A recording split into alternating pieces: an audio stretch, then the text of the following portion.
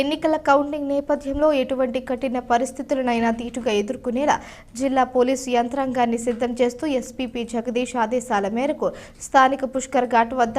Mob handling mock drill నిర్వహించి ప్రజలకు అవగాహన కల్పించారు. హింసాత్మక చర్యలకు పాల్పడితే కఠిన చర్యలు తప్పవని ఎస్పీ హెచ్చరించారు.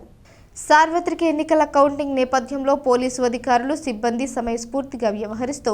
జిల్లాల్లో శాంతి భద్రతలను పర్యవేక్షించుటయే ముఖ్య ధ్యేయంగా జిల్లా ఎస్పీ ఆదేశాల మేరకు additional SP SR Rajasekhar Raju, additional SP L Chenchireddy, DSP M Ambika Prasad ఆధ్వర్యంలో జిల్లా పోలీస్ అధికారులు, సిబ్బంది మరియు కేంద్ర సాయుధ బలగాలు సంయుక్తంగా పుష్కర్ ఘాట్ వద్ద మాబ్ హ్యాండ్లింగ్ మాక్ డ్రిల్ నిర్వహించారు. అనుకోకుండా ఏదైనా అవాంఛనీయ సంఘటనలు జరిగినప్పుడు హింసాత్మక చర్యలకు పాల్పడిన ఎవరైనా అల్లర్లు సృష్టిస్తున్నా అలాంటి సమయాలలో ఎలా సమయస్ఫూర్తిగా స్పందించాలి, మాబ్ను కంట్రోల్ చేయుటకు మొదటగా వార్నింగ్ ఇవ్వడం,